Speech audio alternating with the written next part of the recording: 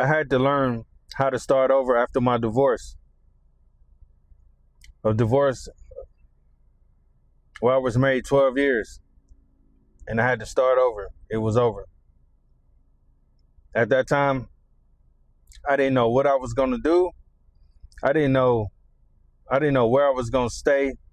I didn't know none of that.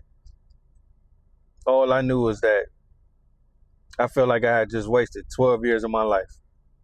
I felt like 12 years of my life just went down the drain. I just felt like it was a waste. But ain't nothing guaranteed. That's one thing that I can say. Nothing is guaranteed. Nothing in life is guaranteed. But at that moment in my life, which was one of the saddest days of my life, I did not know what I was gonna do after that. I did not know. I felt lost. I felt out of place. It was a time where, I mean, honestly, I was out of it. I mean, I really was trying to grasp the fact that I was going to have to embrace a new lifestyle after 12 years. I mean, some people been married longer than that. People that got divorced, some people been married longer than 12 years. But what I'm saying is, for me, being married for 12 years and then having to start all over, that was a feeling that I would never forget. I would never forget that feeling because that felt like the end of the world for me. So I had to get myself together. I had to pull myself together. I had to stop stressing because that wasn't going to get me anywhere. Stressing and spazzing out and doing stuff like that, that's not going to help me. So I had to get myself together. So the first thing that I did is I got me a storage unit. Now, before I even go any further, when the marriage is over, is one day I was in the basement. That was my little area where I was always at, in the basement. I had received a text that said I had 30 days to get out. Well, 30 days to find me a place to stay in another job. Because at the time, I had just lost my job that I was working at for 12 years. I had two jobs. So I had a part-time job where I was a dishwasher at a Chinese restaurant. And then my main job I was at for 12 years, it was a manufacturing company, but I was there for 12 years and I had just lost that job. So the only job that I had at that time was the part-time job, washing dishes. So that was another blow. So my income is reduced significantly, like drastically. My income just cut more than half. I lost more than half of my income around this time. So when I got the text message, at first, I don't know why I thought this. I thought it was a joke at first. So I sent the message back, but when I didn't get a reply message from that message that I sent, so I was like, okay, this is a real thing. So I'm like, okay, well, Reggie, it's time to pull yourself together and it's time for you to do what you need to do. Okay? Yeah, it hurt, it sting, but hey, we got to pull ourselves together because now we got to think about what's next. We got to think about our future. We got to think about the moves we're going to make going forward. We can't be stuck on this. Okay, you can grieve over this for a minute, but we can't be stuck on this. We have to stay focused on the next step. So what are you going to do? Got the storage unit. I took everything that I could take and put in the storage unit. I didn't take nothing big. I just took small stuff that I can load in my car. I had a Toyota Camry at the time, 4-door. I put everything that I could fit in there. I had to do a couple trips. So I got the storage unit. I, loaded my car up for a couple trips, put everything in there that I could put in there. All right, that part is done. Now I need to figure out my sleeping arrangements. Where am I going to stay? Of course, well, at the time, I just said I'm going to stay in my car because I'm not going to be going around asking people, can I stay over their house and stuff like that. I'm like, I'm going to deal with this. This is my problem. This is my issue. I'm not about to go bother nobody about something that I'm going through. I could have, but I did not want to. I wanted to deal with this on my own. So what I did, I knew a couple friends that had houses, so I asked them. I said, "Hey man, can I sleep in your driveway in my car?" So they looking at me crazy, like, "What's going on?" Yeah, I'm going through a divorce right now. Me and my wife split, so I gotta find somewhere else to stay. And they're like, "Oh man, you can stay on the couch for a couple of days or whatever." I'm like, "No, I don't want to do that. I just if you allow me to just stay, sleep in your driveway in my car." They was like, "All right, if that's what you want to do." I'm like, "All right, thanks. I appreciate you, you know what I'm saying, for letting me do this." So I got that situation. So I got the storage unit. Now I know where I'm gonna stay because I didn't want to sleep in my car parked along the street. I did not want to do that. I did not want to do that. Like parked in front of their house, but sleeping in my car, I felt safer sleeping in somebody's driveway. I don't know. It just felt like a safer option to me. I did not want to be parked on the street in my car. So got that settled. Then I'm like, okay, now I have to find another job because I need more income. Of course, at this point in time in my life, of course, the more income, the better, right? I ain't got nowhere to stay. I'm sleeping in my car, so yeah, I gotta move. I gotta do things that make sense. Okay, so I gotta wind up finding another job. Just like at the time, paying like it was like $20-something an hour. Now this was back in 2019. It was in 2019. So I got a job making $20 an hour, getting paid every week. So I had a friend that used to go over and chill and stuff like that. Me and my other couple of my homies used to go over and chill off our friend house. So one day I'm over there chilling, and we talking like we always do. So I just kind of spill the beans a little bit, you know what I'm saying? Just tell them, because we talking about life and stuff like that.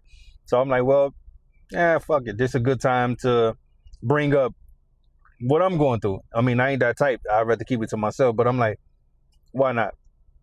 So I bring it up. So I had a friend was like, hey, one of my other friends was like, friend of a friend was like, you could come and stay with me, until you get on your feet. I'm like, you sure? So she like, yeah. I'm like, all right, cool, whatever. So I wind up going over there. I think I stayed there for about like 2 or 3 months before she wound up putting me out. And the reason why she did, because she had supposedly was saying something about, no, her car was in the shop. So I told her to let me know how much it was going to cost for the repairs and stuff like that. So something happened to where it was, I think she was calling me like right before I got off. I was still at work, but towards the end of my shift, and the job that I had at the time, you just can't be on your phone anytime because it's like a assembly line type thing. So it's like I can't just stop working in the middle of this assembly line to answer this phone. But she took it as, because she was at the shop getting ready to pay for to get her car back. But by me not answering the phone, she was acting like I was trying to avoid giving her the money to get her car out or whatever. You know what I'm saying? So I'm like, so she was left me a voicemail, all this talking crazy on my voicemail. I'm like, so I called her back. I'm like, what is you talking about? Like, what's going on? I told you, to let me know what's going on with the price of the car when it's time for you to get it out. So, she, you ain't answer your phone. And I'm like, I'm at work. What is the problem? So she went into this deep end talking about come get your stuff and all that. I didn't even argue. I said, all right, it is what it is. Obviously, I do not need to be staying here much longer. So got my stuff, got out of there. So I'm back to the car situation, right? Sleeping back in my car. I didn't mind. I'm at the point where I don't even care. It is what it is. I just knew that things was gonna get better. So I just didn't even let the situation beat me up, or I didn't even stress over it crazy or nothing like that. I'm like, it's gonna be what it's gonna be, right? It's gonna get better. I mean, God ain't gonna put me in no situation that He ain't gonna bring me out of. So I wasn't even worried. So I wind up driving. I'm driving around. I'm thinking. I'm driving around in my car, just thinking real heavy. So I'm like, let me drive to this apartment complex where one of my other friends lived at. So just so happened when I pulled up, when I was driving through the parking lot, he was sitting outside. So I stopped the car and was like, "Hey, man, are they taking do they got any vacancies here in this apartments?" And he was like, "You know what?" He's like, "I think they do." Because I'm like, he was like, "You just need a 1-bedroom, right?" I'm like, "Yeah." So he knew the property manager. He had they was real cool and stuff like that. So he was like, "I'm gonna talk to her and I'm gonna let you know what she say." So he called me a couple of days later. It's like, okay, she said she got a vacancy. So he was like, here go her number. She needs you to call her. Excuse me, so she can tell you what she needs from me, like income verification and stuff like that. So I call her, we connect. I get her what she need. About a month later, I wind up getting the keys to my apartment. All right, cool. I'm like, I got my own apartment. I ain't got nothing in it, of course, but I didn't care. I had my apartment. So at the time, I ain't have a bed and nothing. Got me a little air mattress and stuff like that. I was cool, But that going through that process of having to start over in my 40s was devastating to me because I never thought that I would be in a situation like that. Starting over in your 40s, man, that is crazy. But stuff happen. Life be lifing. Things happen. We can't predict what's gonna happen. We don't. Some stuff happens. So that happened, and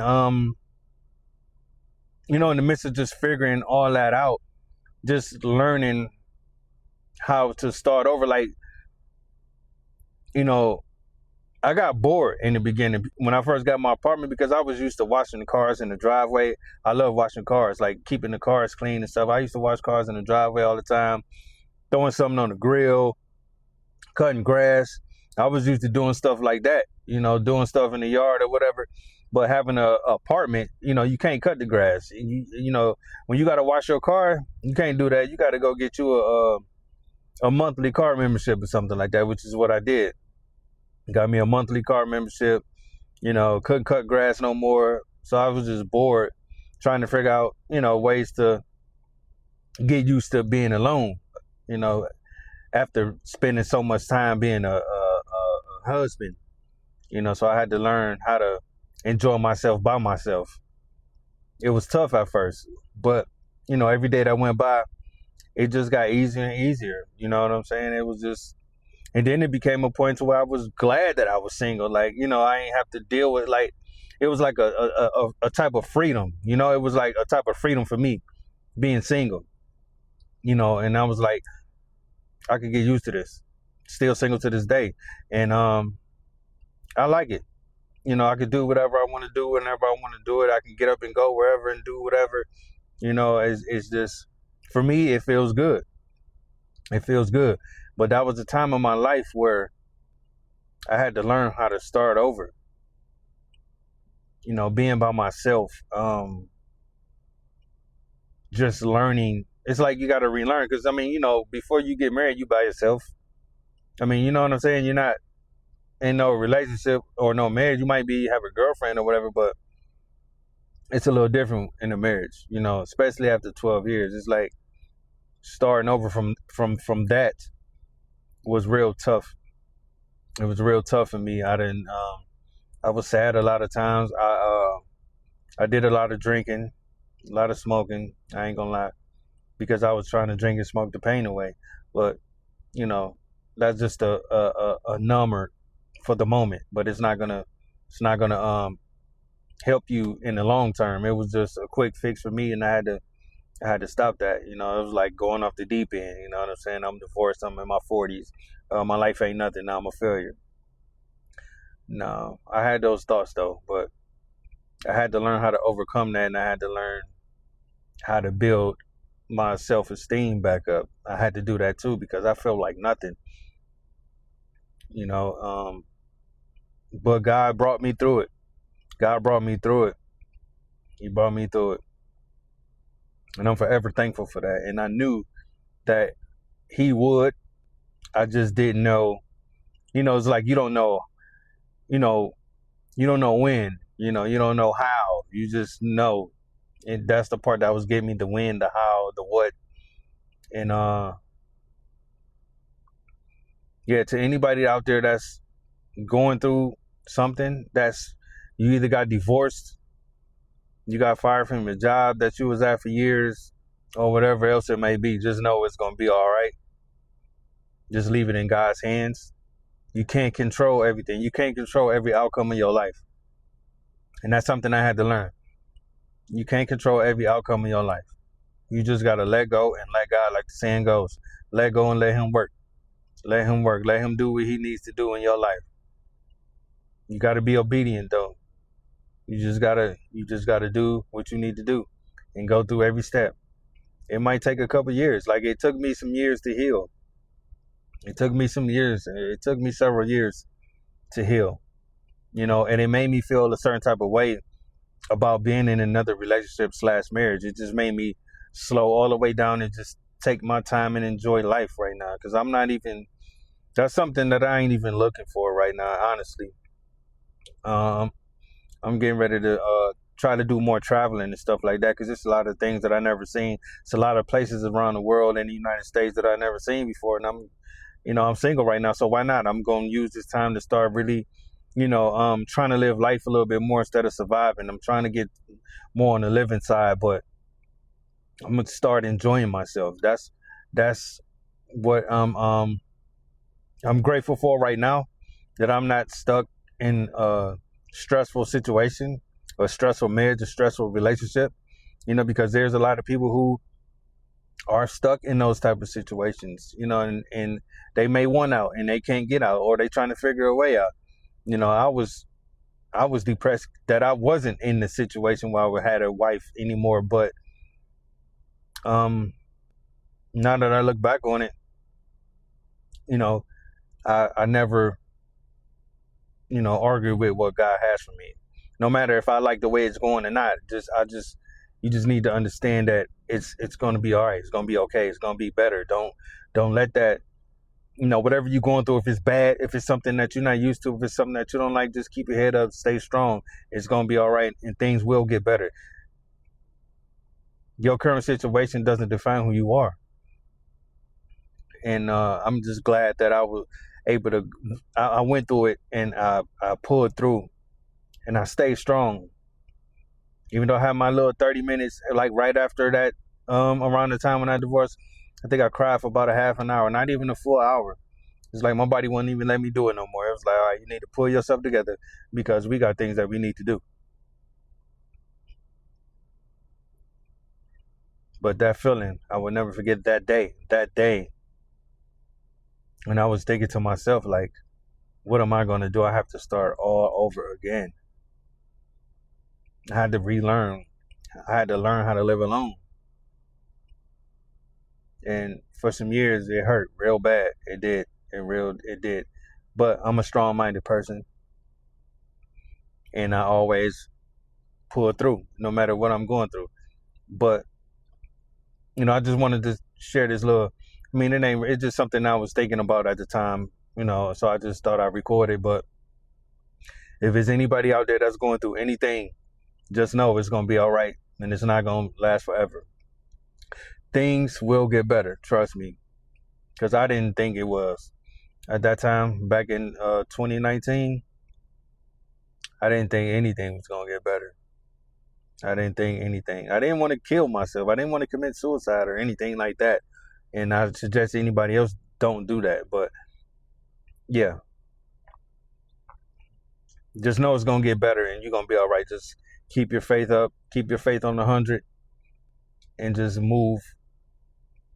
Every step you take has to be calculated. You don't have time to waste. You have to do, everything has to be for the better. Every move you make has to be for the better, and no time can be wasted. Don't indulge in nothing that's going to waste your time. Nothing. So I'm going to get out of here, and I just want to encourage anybody that's going through any hard times right now to just keep your head up, and everything's going to be all right. And I'll see y'all on the next video.